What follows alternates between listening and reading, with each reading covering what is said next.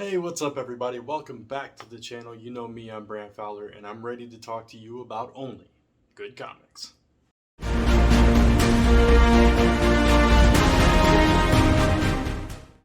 This time, I'm going to talk to you about a series that just came out a few months ago that just wrapped up this past week, and it is a series of one-shots that form this cohesive story. So let's talk Murderworld. This series started in November of 2022 with Murderworld Avengers, and then we had Murderworld Spider-Man, Murderworld Wolverine, Murderworld Moon Knight, and finally, this past week, Murderworld Game Over. The premise? It's Murderworld, it's arcade, it's the underground tournament fighting to the death, and this time 200 contestants are brought together for a $1 million prize, I think it was. But they have to endure all kinds of obstacles, environments, and be the last person standing, right? So usually in these stories, we get a lot of known characters involved and people that we've seen before, usually heroes or a mix of heroes and villains and that kind of thing. But this story did something a little bit different. So what I liked about Avengers Arena was that it focused on the younger characters instead of your classic like Avengers and X-Men type characters. So this one did something even more different where it focused on characters mostly that we had never seen before, regular people. Most of them with no abilities, some select few with some extra skills, and we learn a little bit more about some of these as we go on. But most of them are just regular people that are in a hard spot that get invited to compete in this tournament for a life-changing experience, or a life-ending experience, as it were. So the whole idea behind this is Arcade has somehow, at least that's what we're led to believe in the beginning, somehow convinced or brainwashed superheroes to fight for him and attack all these regular people. We quickly learn that these are not superheroes, but they're LMDs, and they're an advanced version of LMD that can mimic just about everything from these heroes. So obviously the first one is Avengers, so we're getting Avengers characters in there taking the fight to these regular people, and immediately like a bunch of people die. And throughout the course of these one-shots, each one kind of focused on one or two people, and we got to learn a little bit more of their backstory and what brought them to the game and who they are and what their flaws are, because they all have flaws if they're going to put themselves in a game like this. So it's very Squid Games like, with a superhero twist, and it was a really solid story. So there was an like a subplot that was going on throughout the books that kind of fed in from the Black Widow series that had already ended, and that is Black Widow is hunting down Arcade. She's been hunting for him, and now, as we learn throughout the course of this story, that Black Widow is on Arcade's trail, and she's found out about this current incarnation, or this season, which is season 22 of Murderworld, and she is trying to track him down and find him so she can take him out.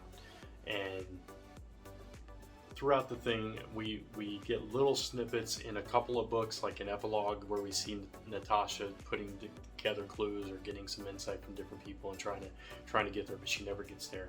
And she finally comes into play in the last issue in Game Over, and we see the repercussions of that. And I'll get to that in a minute because it's kind of cool.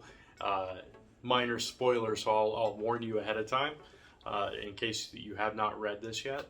But throughout it, we get really close to certain characters. There's a handful of characters that we're like, okay, they start working together and they start watching each other's backs, which, obviously probably not the wisest strategy in a game like this, but at the same time, you do kind of have to make alliances to make it through, right? But ultimately, they all know that there can only be one winner. Arcade's not going to let them all leave alive. So in the back of their minds, they're all like, we're going to end up having to kill each other. But through at least a portion of this handful of people stick together, and these are the characters that we learn about, at least most of them, throughout. as we continue to go forward. And their backstories are interesting, and some of them have connections to heroes and villains and stuff like that. One of them may even be a former villain. So I don't want to give too much away. We have talked about this on Comic Book Weekly in more detail, so if you watch that show, you probably already heard who is actually in it. But it's just an interesting concept, and the way that, and I forgot to mention the creative team, Jim Zub and Ray Fawkes are the co-writers of this. There's various artists throughout the books, but they wrote the entire thing. I apologize for not putting that up front, but it will be in the description below, all the artists involved as well. And they crafted this story in a way that made us care about these characters that we've never met before. We don't know much about at all, except for what we're told throughout these 5 issues. And it's really strong storytelling to kind of make you care about these people that you don't really need to care about, because you know by the end of the book most of them, if not all of them, are going to be dead. That's just the way this game goes, especially with regular people. Nobody survives these. Only the superheroes survive when they're put in these environments. So that's interesting. And Arcade is twisting and turning throughout the whole thing.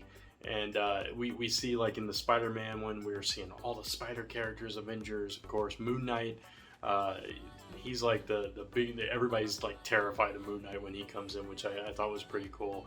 And of course Wolverine, and all the Wolverine characters get involved as well. So with Game Over, there's a twist to what characters. There's a character that comes in the end of the Moon Knight one that is showing up in Game Over, and it's kind of a twist as to what that character is there to do, that I don't want to give away, but it was kind of a nice little swerve that they planted in there for us as readers. And this book just kept you guessing. You didn't really know who was going to make it to the end. You didn't know who was going to survive, and the ones maybe that you thought were mostly good, you find out things about them going forward that, oh yeah, they're not really great either, and vice versa. So it's just really interesting, and I love this world that they built. And they take Jim Zub and Ray Fawkes have taken this concept of Murderworld that's been around for a long time, and kind of just morphed it into something different, and something familiar but something different at the same time.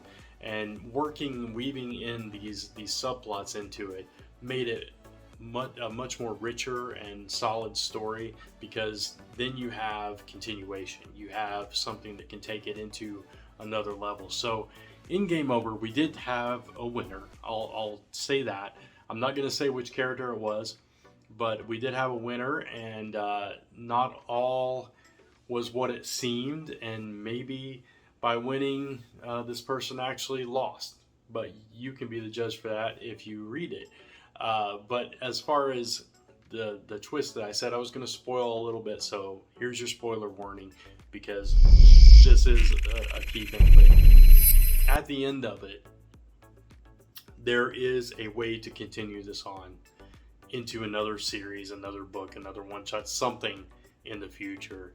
And it does involve Black Widow, because she does not get Arcade at the end. What fun would that be? And we're left on a cliffhanger. But it's a good cliffhanger. The story itself of Murderworld, that story wraps up. But the larger subplot of Black Widow that started in Black Widow, continued a little bit in here, continues on, and we're going to see that come to play. I don't know if it's going to be another Murderworld thing because of what happened at the end, which I won't spoil that part of it, but something happens at the very end. But it could also continue into a new Black Widow series. The sky's the limit with where this could go.